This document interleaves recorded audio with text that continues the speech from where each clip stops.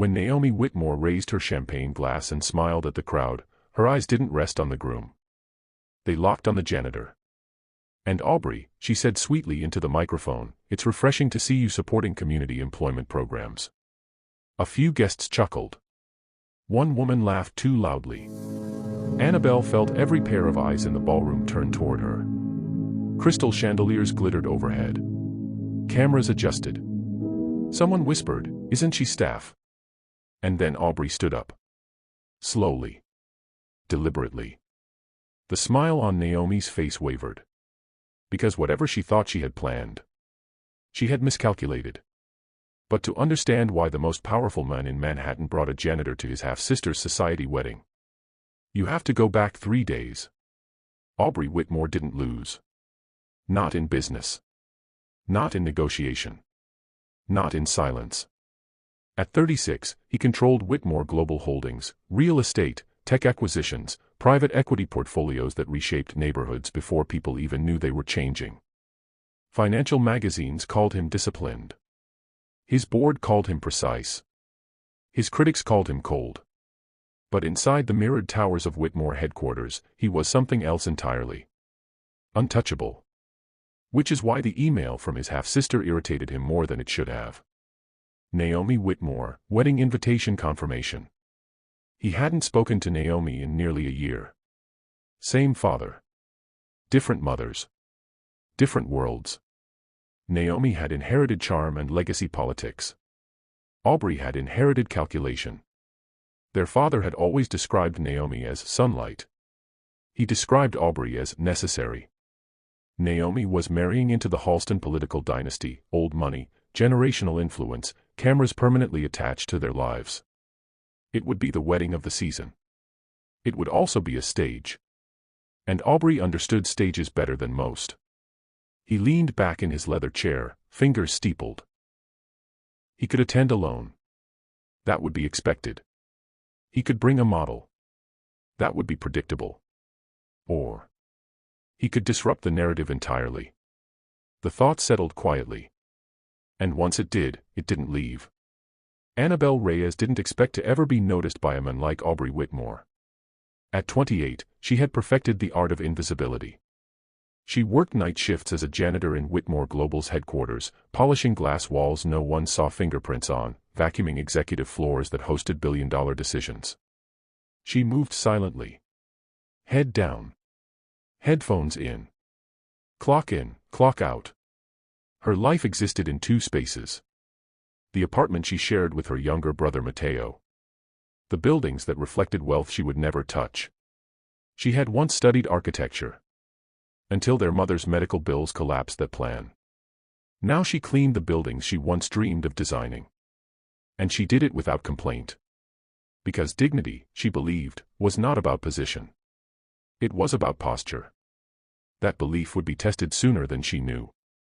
It was nearly midnight when it happened. Annabelle was polishing the glass wall outside Aubrey's private executive office. She assumed he had left. He rarely stayed past 10. But the office door opened suddenly. She stepped back. He stepped forward. They almost collided. For a split second, they were inches apart. She smelled expensive cologne layered over exhaustion. He noticed her eyes first. Not submissive. Not startled. Steady. "I didn't realize anyone was still here," he said evenly. "Night shift," she replied. "Come. Professional." He glanced at the perfectly streak-free glass behind her. "You missed a corner." She turned. Looked. There was nothing there. When she faced him again, she didn't smile. "It's clean." He studied her for 2 seconds longer than necessary. Most employees apologized when corrected. She didn't. Interesting. He nodded once and stepped past her. But he didn't forget her. The next afternoon, Aubrey requested building operations to send him a file. Annabelle Reyes. No disciplinary actions. No complaints. Consistent performance. Studied architecture. Withdrew due to financial hardship. He leaned back again. Not reckless. Not loud. Not socially ambitious. Exactly what he needed. He wasn't bringing someone to Naomi's wedding to impress. He was bringing someone to expose something. And the elite were cruelest when they believed someone didn't belong.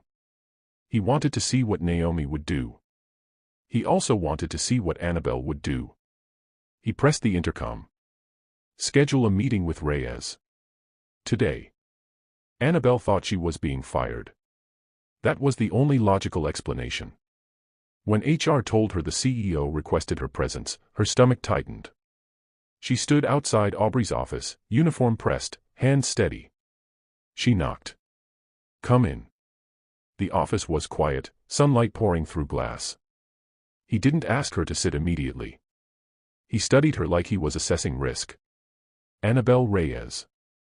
Yes, sir. You studied architecture. She blinked. Yes. You left. My mother got sick. No self-pity in her voice. Just fact. He nodded once. I have a proposition. Her pulse shifted. A professional proposition, he clarified. Good. Because the alternative would have ended badly. My half-sister is getting married this weekend. It will be public. She waited. I need a date. Her brain stalled. I'm not asking you as staff, he continued calmly. I'm asking you as my guest. Silence. The air shifted. Why me? She asked. Direct. Again, not submissive. Because you're not part of that world. That sounds like a disadvantage. It's an advantage. She held his gaze. If this is a joke. It isn't. What would I have to do? Stand beside me. That's it. That's never it, he said quietly. Now she understood. Interesting. He nodded once and stepped past her. But he didn't forget her. The next afternoon, Aubrey requested building operations to send him a file. Annabelle Reyes. No disciplinary actions. No complaints. Consistent performance. Studied architecture. Withdrew due to financial hardship. He leaned back again. Not reckless. Not loud. Not socially ambitious. Exactly what he needed. He wasn't bringing someone to Naomi's wedding to impress. He was bringing someone to expose something. And the elite were cruelest when they believed someone didn't belong. He wanted to see what Naomi would do. He also wanted to see what Annabelle would do. He pressed the intercom. Schedule a meeting with Reyes. Today. Annabelle thought she was being fired. That was the only logical explanation. When HR told her the CEO requested her presence, her stomach tightened. She stood outside Aubrey's office, uniform pressed, hands steady. She knocked.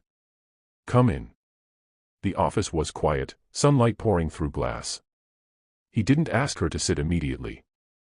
He studied her like he was assessing risk. Annabelle Reyes. Yes, sir. You studied architecture. She blinked. Yes. You left. My mother got sick. No self-pity in her voice. Just fact. He nodded once. I have a proposition. Her pulse shifted. A professional proposition, he clarified. Good.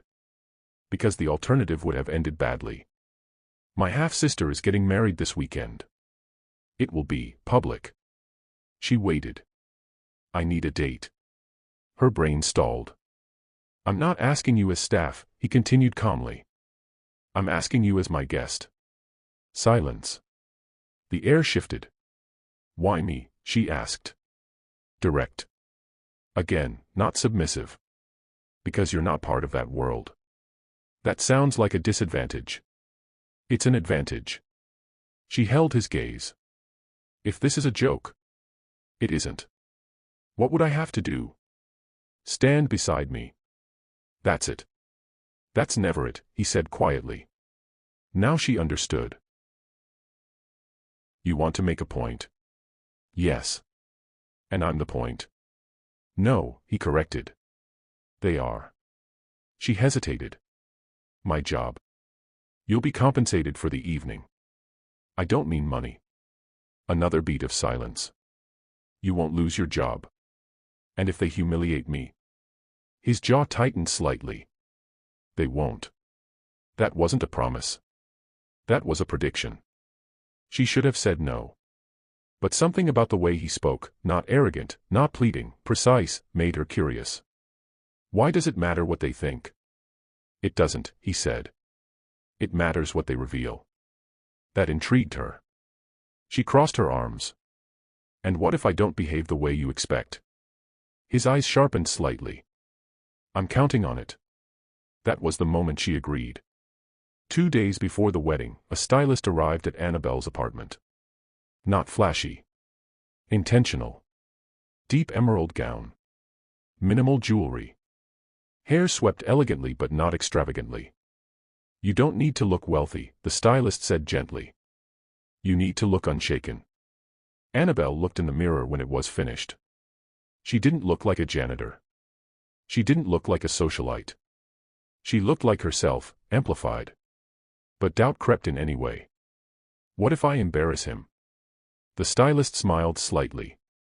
Men like Aubrey Whitmore don't embarrass easily. That wasn't comforting. The night before the wedding, Aubrey reviewed something privately. Halston Holdings, the family Naomi was marrying into. He now owned 12% of their parent company through a quiet acquisition completed months earlier. They didn't know. He never mentioned it. He wasn't attending as the outsider. He was attending as a silent power shift. And Naomi had no idea. He stared at the city lights. He wasn't bringing Annabelle to humiliate Naomi. He was bringing her because he was tired of performances. Tired of strategic affection. Tired of alliances disguised as love. He wanted something unscripted in that room. And Annabelle Reyes was the only unscripted element he could trust. The wedding estate glowed like something unreal. Press outside gates. Luxury cars lining the drive. Annabelle stepped out of the car carefully. Flashbulbs flickered. Aubrey extended his arm. She hesitated only half a second before taking it. Whispers began immediately. Who is she? She's not from the circuit. Is she a model? No, she looks normal. That word hit harder than insult. Normal. Aubrey leaned slightly toward her. Posture. I have posture. Good. They walked forward. Inside, chandeliers glittered. Naomi stood near the floral arch, radiant in white. She saw him. Then she saw Annabelle. And her smile faltered for exactly half a second. Then it returned, brighter. Sharper. Calculated. She approached gracefully. Aubrey, she said sweetly. Naomi. Her eyes slid to Annabelle. And you are? Annabelle, she answered calmly. Naomi tilted her head. How refreshing. The word wasn't kind. But Annabelle didn't shrink. And Naomi noticed. During cocktail hour, the comments began. Where did you two meet? Charity. Community outreach. One man smiled thinly. Internship program. Annabelle inhaled slowly. Aubrey didn't speak yet. He was watching her. Testing. She set her glass down gently. Actually, she said, we met at work. Ah, the man smirked. And what department would that be? Silence. The trap was clear. Aubrey's eyes flicked toward her. She could lie. She could deflect. Instead, she answered evenly. Facilities. A pause. Understanding dawned. A woman laughed softly. Oh. And there it was. The temperature shift. Annabelle felt heat rise in her chest. Not shame. Anger.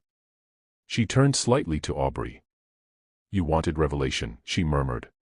You're getting it, he replied quietly. Across the ballroom, Naomi watched everything. And smiled. 20 minutes later, Annabelle stepped into the restroom alone. Her hands trembled slightly now. Not from embarrassment. From the constant scrutiny. Every glance felt like measurement. every whisper like a verdict. She stared at her reflection. You can leave, she whispered to herself. No one would blame her. She owed Aubrey nothing. The door opened. Two women entered. They didn't see her immediately. I heard she cleans his office. Seriously. Naomi must be furious. Well, honestly. It's humiliating. Annabelle's throat tightened. Not from tears. From clarity. She stepped out deliberately. The women froze. She washed her hands calmly. Dried them. Looked at them through the mirror. Enjoy the wedding, she said evenly. And walked out. But something inside her had shifted. This wasn't about being his date. This was about being studied like an exhibit. And she was done being quiet about it. When she returned to the ballroom, Aubrey noticed immediately. You almost left. Yes. Why didn't you? She held his gaze. Because I realized something. And what's that? They're afraid. That caught him off guard. Afraid of what? Of anyone who doesn't need their approval. He looked at her differently then. Not as an experiment. Not as disruption. But as someone who understood the room without ever belonging to it. Across the ballroom, Naomi raised her champagne glass. The room began to quiet. Annabelle felt the air tighten.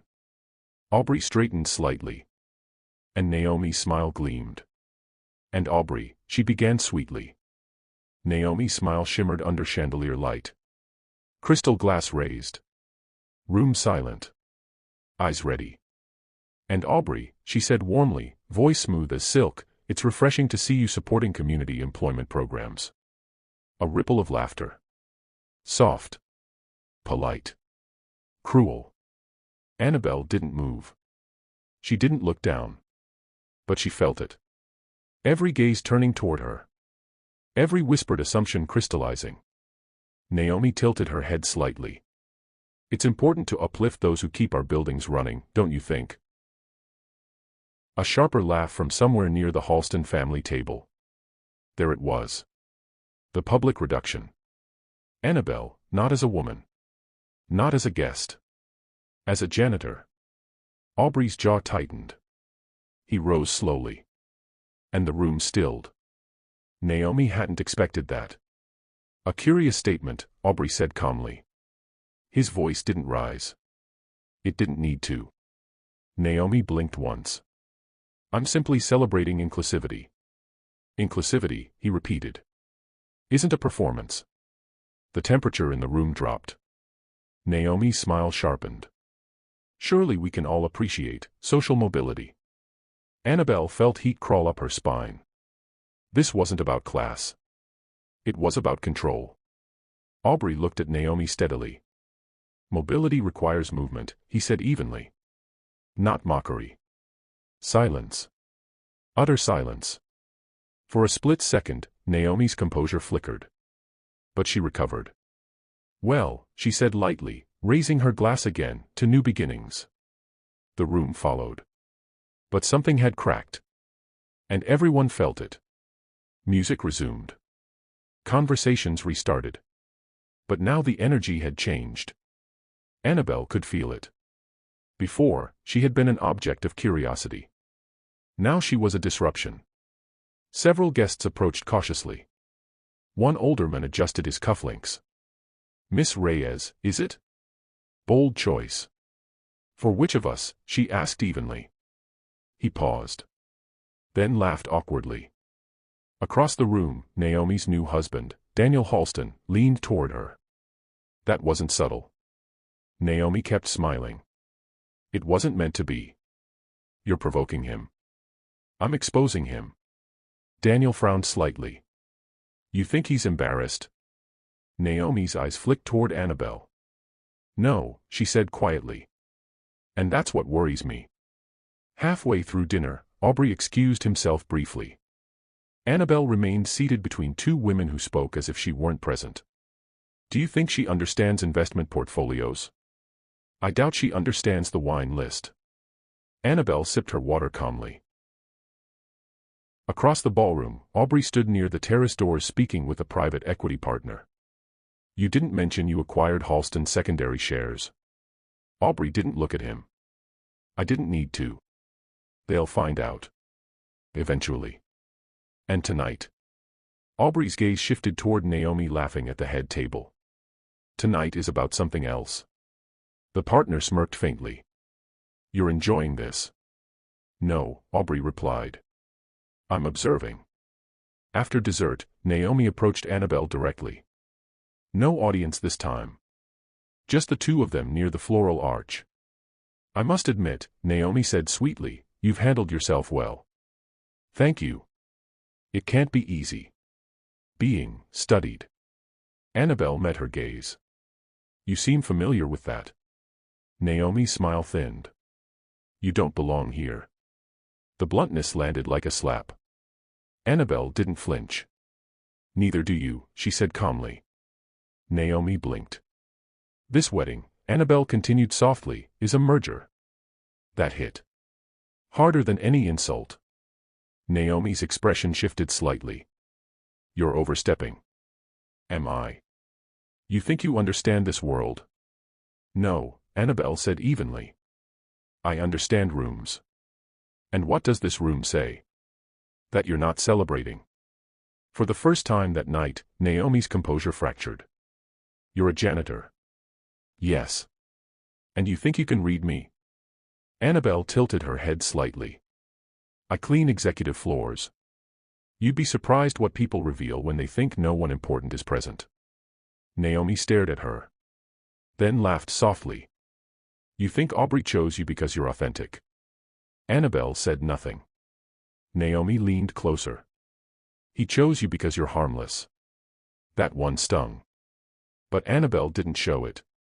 Naomi stepped back gracefully. And by tomorrow, you'll be back where you belong. She walked away. But she had miscalculated something again. Annabelle wasn't afraid of going back. She was afraid of being silent. Later, during the couple's first dance, Annabelle stepped onto the terrace for air. Snow fell lightly. She exhaled slowly. Footsteps approached. Aubrey. You handled her, he said quietly. She doesn't think so. He studied her. She tried to corner you. She thinks I'm temporary. Aubrey didn't answer immediately. She's wrong. Annabelle looked at him carefully. Why did you really bring me? He hesitated. Which told her more than words. You said you wanted revelation. Yes. But this isn't just about Naomi. A long pause. Then. No. Snow landed softly in her hair. What is it about? He looked out over the estate. I've spent my entire life in rooms where everyone performs. Alliances. Smiles. Strategy disguised as affection. And you think I don't perform? He turned toward her. No. I think you refuse to. She held his gaze. And what happens after tonight? The question lingered between them. He didn't answer. And that unsettled her more than anything Naomi had said. Inside, something shifted abruptly. A murmur. A ripple spreading across tables. Aubrey's phone buzzed once. He checked it. Then went very still. Annabelle watched his expression change. Not panic. Recognition. What is it? He slipped the phone back into his pocket. Timing. What timing? Before he could answer, Daniel Halston stepped onto the stage. Ladies and gentlemen, Daniel announced, voice tight but controlled. Before we conclude the evening, I'd like to address a small business development. Naomi turned toward him sharply. This wasn't planned. Daniel cleared his throat. It appears that Whitmore Global has acquired a minority stake in Halston Holdings earlier this quarter. The room shifted violently. Whispers erupted. Naomi stared at Aubrey. What? Aubrey didn't move. Daniel forced a smile. Strategic growth, of course. We look forward to collaboration. The word collaboration sounded like surrender. Naomi stepped toward Aubrey slowly. You did this. It's business. You couldn't stand not controlling something tonight. This has nothing to do with tonight. Her eyes flashed. You're humiliating us. No, Aubrey said evenly. I'm investing. Annabelle felt the energy in the room tip completely. This was no longer about her. This was about power. And Naomi's wedding had just become leverage. Naomi turned back toward the crowd. Her smile gone now. So this, she said sharply, voice carrying, is what tonight was about. The room fell silent again. You bring a janitor as a spectacle and quietly buy into my husband's company. Gasps. Annabelle's heart pounded. Aubrey's voice remained level. You're conflating unrelated decisions. Am I? Naomi's composure shattered completely now. You've always needed to win. And you've always needed applause. The words sliced. Daniel stepped in quickly. This isn't the place. No, Naomi snapped. It is exactly the place. She turned toward Annabelle. Did you know? Every eye in the ballroom shifted back to her. Annabelle inhaled slowly. No. Naomi laughed bitterly. You're a pawn. The word echoed. Annabelle felt something inside her settle. She stepped forward. No. The room stilled. Naomi blinked. You think I'm here because I don't understand strategy? Annabelle continued calmly. You're here because he wanted to embarrass me. No, Annabelle said softly. I'm here because you would. Silence. Absolute silence. Naomi's breathing tightened. You don't get to rewrite this, Naomi said. I'm not rewriting it, Annabelle replied. I'm standing in it. Aubrey looked at her differently now. Not protective. Not experimental. Respectful. Naomi's voice lowered. You'll leave tomorrow. Annabelle met her gaze steadily. Maybe. Then she turned to Aubrey. And if I do, it won't be because you pushed me out. The power shift was subtle. But undeniable. The music never resumed. Guests began murmuring about acquisitions instead of gowns. Daniel pulled Naomi aside urgently. The fairy tale atmosphere was fractured beyond repair. Aubrey looked at Annabelle quietly. You didn't have to speak. Yes, she said. I did. He nodded once. And something unspoken passed between them. Not alliance. Not obligation. Choice. Inside the ballroom, Naomi watched them through narrowed eyes. She wasn't defeated. She was recalibrating. And when Naomi Whitmore recalibrated, she struck harder. Annabelle didn't see the photographer stepping closer. Didn't notice the headline forming already. Didn't hear the whispered call to a political advisor. But Aubrey did. And for the first time that night, he wasn't calculating the room. He was calculating risk. Because the next move wouldn't be public humiliation. It would be personal. And Naomi had just decided to make it that way. The wedding was supposed to trend for elegance. Instead, it trended for tension. By midnight, guests were whispering more about corporate acquisitions than floral arrangements. Naomi Whitmore stood near the grand staircase, phone in hand, fury contained beneath diamond composure. She wasn't finished. And Aubrey knew it. Annabelle didn't see it coming. The photographer approached politely. Miss Reyes. Just one photo for the society page. She hesitated. Aubrey stepped forward. That won't be necessary. It's already necessary, Naomi's voice drifted from behind them. She descended the staircase slowly. Radiant. Controlled again. I think transparency is important. Annabelle felt the air change. Naomi turned her phone screen outward. On it was a screenshot. Annabelle's employee file. Position, janitorial services. Shift, night. Salary, listed. A quiet gasp moved through the nearby guests. How did you, Aubrey began. You underestimate how many people prefer sunlight to shadow, Naomi replied. She faced the crowd. Ladies and gentlemen, since Aubrey enjoys authenticity, let's be authentic. Annabelle's stomach tightened. Naomi smiled thinly. Our guest tonight cleans his office floors. There it was. Not insinuation. Declaration. Several guests looked away. Others leaned in. Daniel whispered sharply, Naomi, stop. But she didn't. Tell me, Naomi continued smoothly, does anyone here believe this is about romance? Silence. Aubrey stepped forward. This ends now. No, Naomi said quietly. It begins now.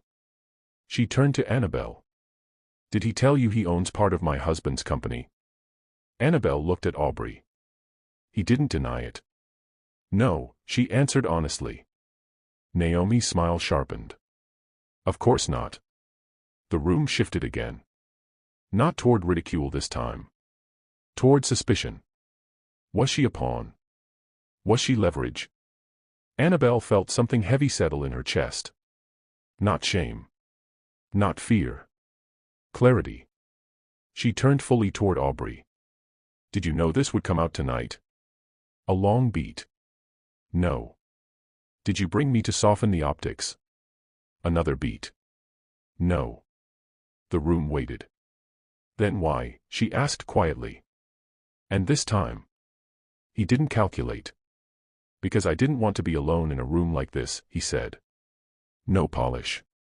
No performance. The honesty startled even Naomi. He continued. I've spent my entire life sitting at tables where every smile has a price. Every alliance has a clause. Every celebration hides negotiation. He turned toward Annabelle. You don't negotiate your presence. The room was silent now for a different reason. Naomi scoffed. You're romanticizing a janitor. No, Aubrey said evenly. I'm recognizing a person.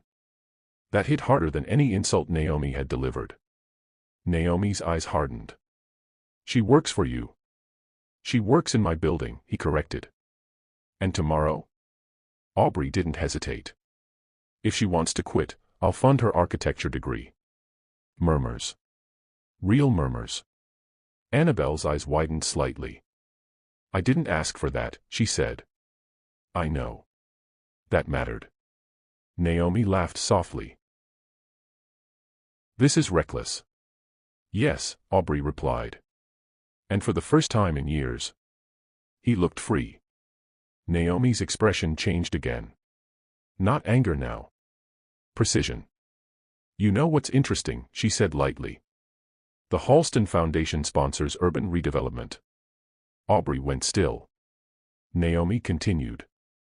And Annabelle Reyes once applied for a redevelopment internship through that foundation. Annabelle's heart stopped. Naomi tilted her head. Rejected. Daniel stepped forward urgently. Naomi. Do you know why? She pressed. Annabelle swallowed. Naomi looked directly at her. Because your proposal challenged zoning laws tied to my father's investments. The air collapsed inward. Annabelle stared at her. That's not true. It is, Naomi said quietly. You weren't rejected for lack of talent. The room shifted yet again. This was no longer social cruelty. This was systemic. Annabelle's breathing slowed. You're saying my application was blocked? Yes. Because it threatened profit. Naomi didn't answer. She didn't have to. Aubrey looked at Naomi in disbelief. You interfered in student grants. It was efficient. Annabelle felt anger rise like heat through ice. Years of quiet frustration. Years of believing she simply wasn't good enough. Reduced to a calculation. She stepped forward slowly. You're right, she said calmly. Naomi blinked. I didn't belong in your world. Naomi smiled faintly. But Annabelle continued. Because your world doesn't build. It protects itself. Silence. You call this wedding a union, Annabelle said, voice steady. But it's a consolidation. Daniel stiffened. Guests exchanged uneasy glances. You thought humiliating me would make you powerful, Annabelle added softly. But you're afraid of anyone who doesn't need your approval. Naomi's mask cracked again. You're naive. No, Annabelle replied. I'm done apologizing. Annabelle turned toward Aubrey. I'm leaving. The room inhaled sharply. Naomi's lips curved slightly. But Annabelle wasn't finished. I'm leaving because I don't belong here, she continued calmly. Not because I'm beneath it. She faced Naomi one last time. But because I don't build rooms designed to shrink people. The words echoed. Not loud. Not dramatic. Unshakable.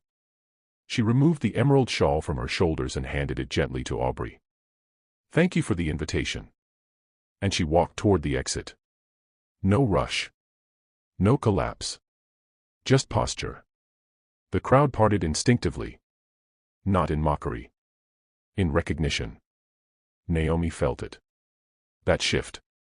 That silent respect. And it terrified her. For a full 3 seconds. Aubrey didn't move.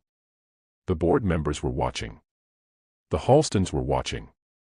Investors were watching. Press was watching. This was the moment strategy would normally reassert itself. He could stay. Salvage alliances.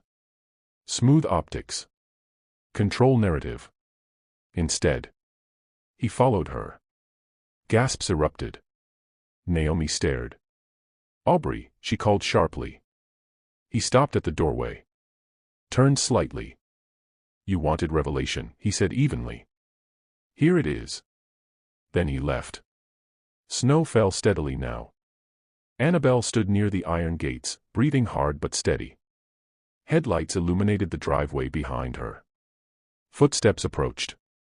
She didn't turn. You didn't have to leave, she said quietly. Yes, he replied. I did. She faced him slowly. This will cost you. Everything costs something. And what did tonight cost you? He considered that. Comfort. She almost smiled. I didn't need rescuing. I know. You don't even know me. No, he admitted. But I know what it looks like when someone refuses to shrink. Snow gathered lightly on his shoulders. Naomi was right about one thing, Annabelle said. What's that? You brought me as disruption.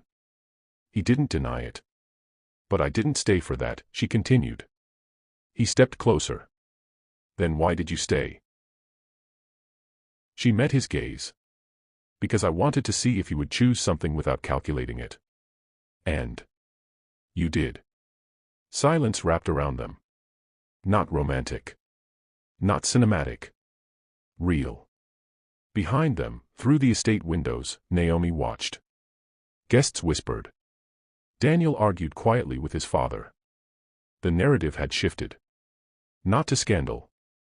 To respect. And Naomi understood something too late. Humiliation requires hierarchy. Annabelle had refused it. Aubrey had abandoned it. Inside that ballroom. For the first time. Naomi was the one standing alone. Headlines read. Whitmore expands urban redevelopment initiative. Anonymous investment funds independent architectural grants. Annabelle sat at a drafting table. Not in Whitmore Tower. In her own small studio space. Accepted into a late-entry architecture program. No strings. No contracts. Just funding. She hadn't quit her job immediately. She had negotiated her hours. On her terms. Aubrey hadn't pushed. Hadn't hovered. He visited once. No press. No announcement. Just coffee. You didn't need to do this, she told him. I didn't do it for redemption, he replied. Then why? He looked around the modest studio. Because rooms should be built by people who understand what it feels like not to belong in them. She studied him carefully. And this isn't strategy. No. She believed him. Not because he was powerful.